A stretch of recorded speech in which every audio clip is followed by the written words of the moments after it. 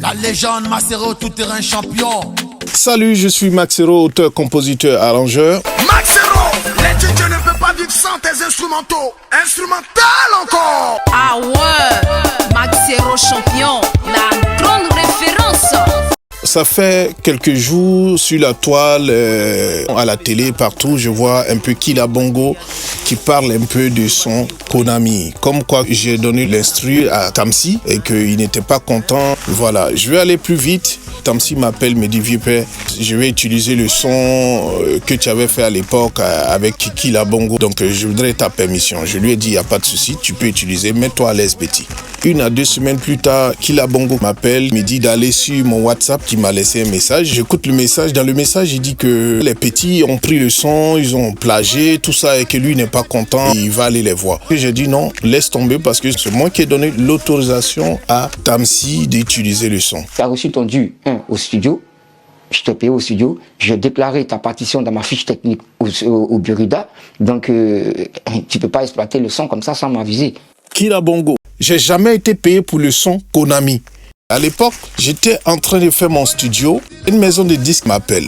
Ils me disent que ils ont fait 6 chansons pour Killa Bongo, ça décolle pas.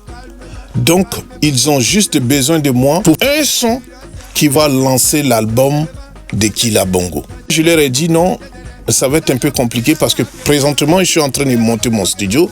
Ça va prendre peut-être 2 à 3 semaines, donc il va falloir attendre. Ils m'ont dit non, et si on te déplaçait, qu'on t'amenait dans un autre studio? Je leur ai dit, moi ça ne me pose pas de problème. Du fait que je ne pouvais pas travailler dans mon studio, il fallait aller dans le studio de Hudson pour travailler. C'est comme ça que je commence à travailler avec Killa Bongo. Killa Bongo n'avait pas de mélodie, n'avait rien. Il fallait que je lui trouve une musique pour qu'il puisse chanter.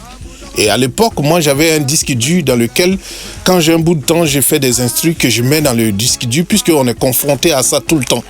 Quand on tombe sur un DJ, il n'a pas de mélodie, il n'a rien, il faut lui donner une musique pour qu'il chante. Qu'est-ce que j'ai fait? Je lui ai donné 2000 francs, je dis d'aller manger à Tchéké.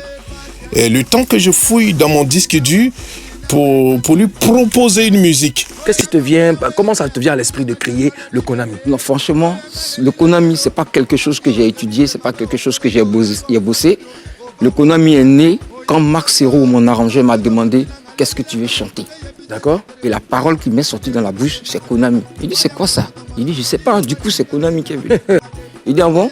Ok, comme c'est mon bon vieux père, ouais. Il me dit, bon, tiens un billet de 2000 francs, va t'asseoir quelque part et puis tu reviens me trouver. Ouais. Donc voilà comment je pars. Et je reviens en réfléchissant, j'appelle mon jeune frère Dieu le Maïsien, il dit, viens, j'ai dit quelque chose, je ne peux pas terminer. Il dit, c'est quoi? Il dit, Konami. Il dit, ah bon, 30 minutes, Maxero nous appelle. Et puis bon, voilà, c'est parti. Et puis c'est parti. Et le morceau a eu un succès fou. 30 minutes après, j'appelle Killa Bongo. En ce moment, j'étais en train de fouiller dans mon disque dur pour trouver des instrus que je n'avais jamais utilisés. Puisque j'ai fait DJ Serpent Noir, il y avait ces instruments qui étaient encore dans le truc. Il y a Christina DJ, plein comme ça que j'avais arrangé à l'époque.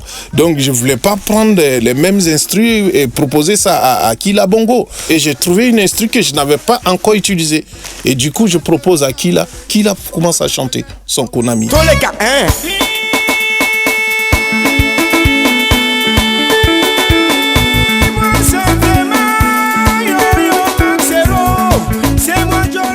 La séance a commencé à 11h. Le producteur devrait me payer. Il ne m'a pas payé. Il m'a dit de venir au studio. Et il ne vient pas. Il est 14h, 15h, je ne le vois pas. Donc du coup, j'essaie de l'appeler. Il ne décroche pas. Et je me suis dit, bon, il fallait travailler dessus quand même. On ne sait jamais. Peut-être que le mec va arriver. Il était 19h. Il n'est jamais venu. Et j'ai laissé le son dans le studio. Et c'est comme ça que, derrière moi, je ne sais pas qu'est-ce qu'il allait dire à l'ingénieur. Mais ils ont mixé le son derrière moi. Et on ne m'a pas payé. À ma grande surprise, je lui ai dit, 1 semaine ou peut-être 2 semaines plus tard, j'attends le son partout. J'ai rien dit, je me suis dit, bon, c'est pas grave. À l'époque, j'avais fait Volcano, Christina DJ, DJ Rodrigue, Serpent Noir. Et je me suis dit, bon, il n'y a pas de souci, ça va encore s'ajouter au son qui marche déjà. Et c'est comme ça, j'ai rien dit, j'ai plus jamais parlé de ça. Donc, Killa arrête de dire que oui, tu m'avais payé, tu m'as jamais payé. Tu sais même pas comment est-ce que ça s'est passé. Voilà. Moi, ce que je vais te dire est que si moi, Maxero, je devrais me mettre à faire ce que tu es en train de faire. C'est-à-dire, oui, il y a tel arrangeur qui a pris mon son, mais je n'allais même plus parler avec certains arrangeurs. Mais j'attends mes mélodies un peu dans certains sons. Mais ça me plaît parce que, voilà, ça va partir de génération en génération. C'est quelque chose qui est assis. Écoutez par exemple cette chanson.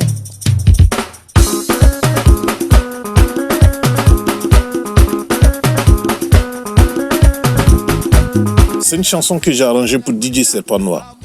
Baby Philippe a repris cette chanson. Il a repris les mêmes mélodies. Mais je ne vais pas à la télévision pour dire non, voilà. Même Shadow Crisp, il a repris aussi le son. Je ne vais pas vous dire non, ils ont repris. Non. On va au Buruda juste pour savoir si ça a été déclaré. Et puis c'est fini. Je vous fais écouter par exemple. Écoutez ce son-là.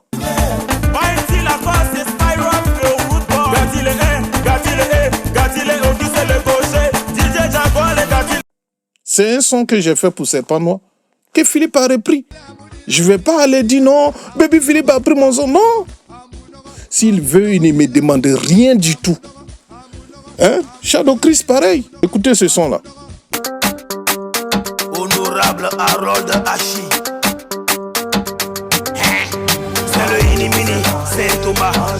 Il a pris. Il n'a pas eu besoin de m'appeler.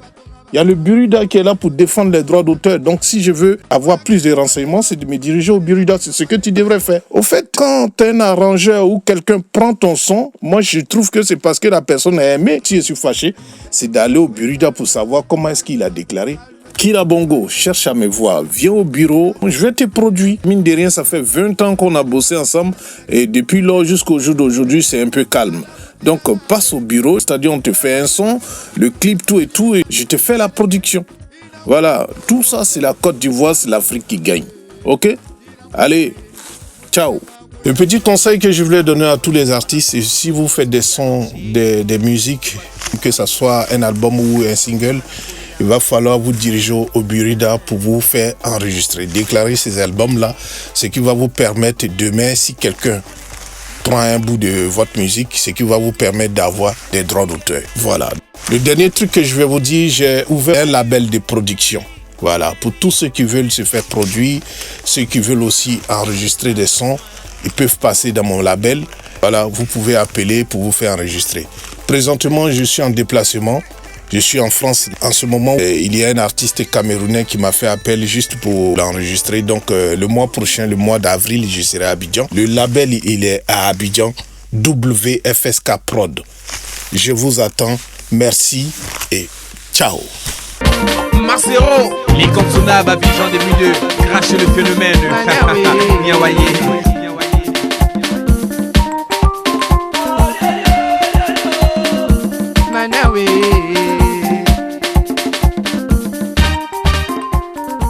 Hortense.